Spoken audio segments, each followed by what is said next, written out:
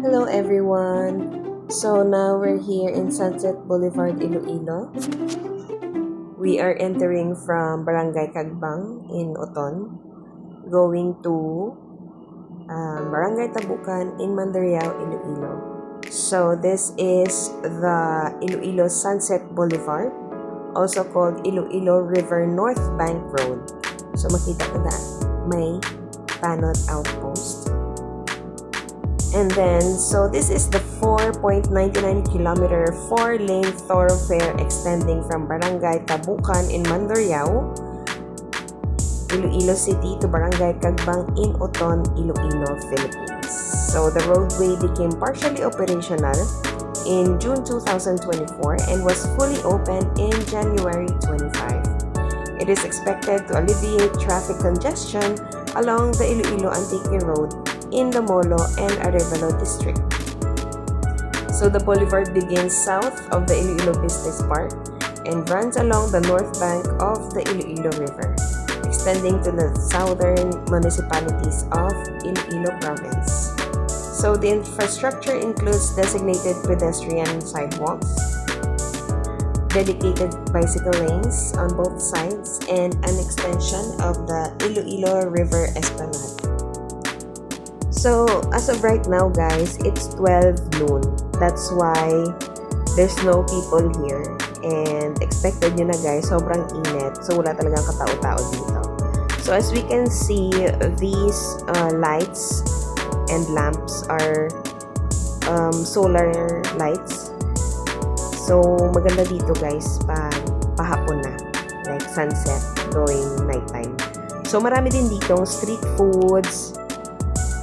Mga street foods, may nagbebenta din ng mga inumin, alcoholic drinks. Guys, you can park and shop here. Marami ditong umiinom as long as we maintain the peace and order. And let's be responsible also sa mga basura po natin.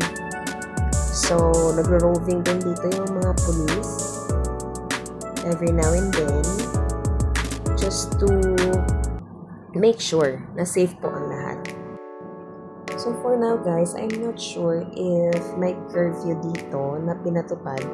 Pero the last time I was here, marami pa namang taong tumatambay, umiinom until midnight. So we just have to be very careful kasi may binuksan na pong mga crossings or mga eskinita. So, be very careful lang po when driving because wala pa pong masyadong signages na nilalagay unless you can see the pedestrian lanes, so we have to drive slowly.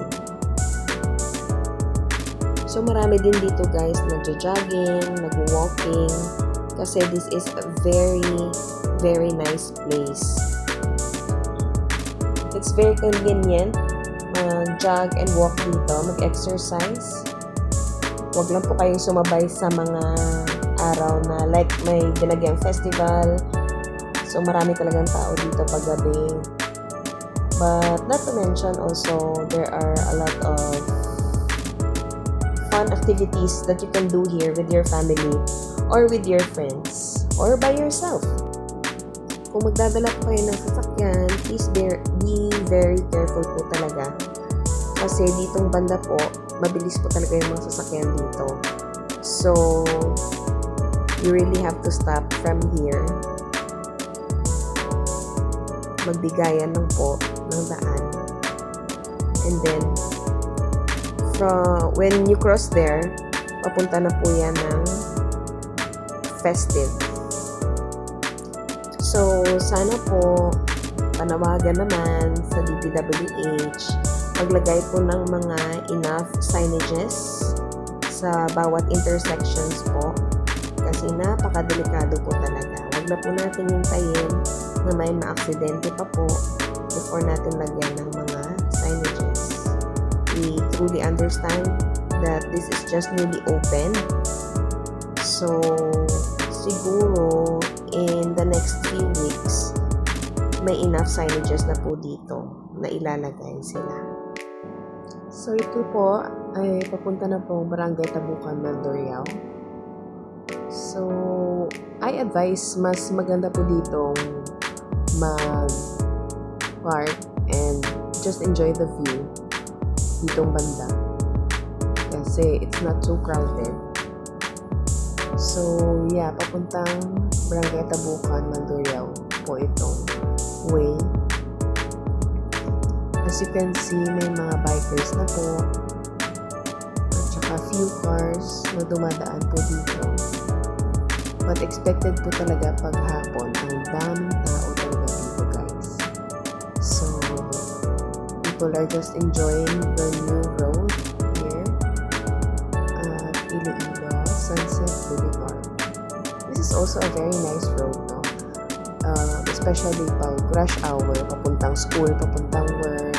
So, marami talagang shortcuts na connected dito sa Iloilo Sunset Boulevard.